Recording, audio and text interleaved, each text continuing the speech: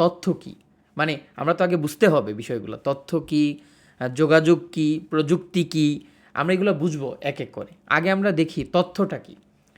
তথ্য, যেটার ইংরেজি হচ্ছে ইনফরমেশন, মানে হচ্ছে আমরা যা জানি, এই যে জানার যে জিনিসটা, আমরা যেটা বুঝতে পারি কোনো কিছু একটা শুনে, কোনো কিছু একটা পড়ে, কোনো কিছু একটা অনুভব করে, কোনো কিছু একটা দেখে, যদি ওই জিনিসটা আমরা চিনতে পারি, যে জিনিসটা আমরা জানি, সেটাই তথ্য। আর একটু সহজ করে বলি, যেমন কেউ যদি আমাকে, যেমন আজকে তো শীতকাল, বাইরে প্রচুর কুয়াশা পড়ে, এখন আমি বাইরে দেখি নাই, তো আমার মা যদি এসে আমাকে বলে যে বাইরে কুয়াশা পড়ছে, তা আমি কিন্তু ঘরে, তারপরেও মা শুধুমাত্র যে আমাকে বলল যে কুয়াশা পড়ছে, এটা এটা শুনে আমি বুঝতে পারলাম তার মানে হচ্ছে বাইরে ঠান্ডা আছে প্রচুর, আজকে শীতকাল, এবং আকাশ থেকে কিছু একটা পড়তেছে, যেটা আমি আমি তার জন্য আমাকে সোয়েটার পরতে হবে বা শীতের কাপড় পরতে হবে।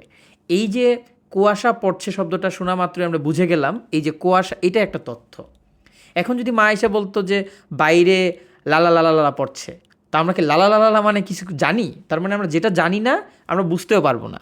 সো যেটা আমরা জানি সেটাই তথ্য। আমরা আরও কিছু তথ্যের উদাহরণ দিই, যেমন একজন এসে বলল আমার নাম রিহান, তার মানে এই কথাটা শোনা মাত্র আমরা বুঝতে পারলাম তাকে আমরা রিহান বলে ডাকবো, অন্য কিছু বলে ডাকতে পারবো না। বা এইখানে রিহান একটা তথ্য। 16ই ডিসেম্বর আমাদের দেশ স্বাধীন হয়েছিল, তার মানে এইটা একটা তথ্য, আমরা বুঝতে পারবো যে বাংলাদেশ একটা যুদ্ধ করে 16ই ডিসেম্বরে স্বাধীন হয়েছিল।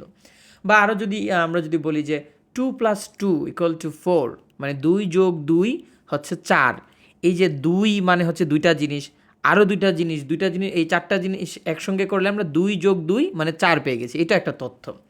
তার মানে হচ্ছে যেই জিনিসগুলো আমরা জানি, বুঝতে পারি, এটাই তথ্য।